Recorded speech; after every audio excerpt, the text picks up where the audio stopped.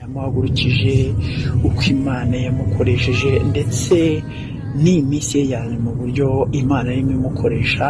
Ngira ngo ubwo duheruka kuganira, Gogo yatuganirije uburyo Imana yaguye ivugabutumwa rye, akaba yaratangiye kujya mu bindi bihugu. Ubwo yatuganije urugendo rwa mbere yagize muri Uganda agiye mu ivugabutumwa, ndetse kandi n'ubwo yatuganirizaga atubwira uburyo agiye gusubirayo. Muri iki gitondo rero tubabajwe cyane n'inkuru y'incamugongo twamenyeshejwe n'umwe mu bantu bamuherekeje muri iri vugabutumwa.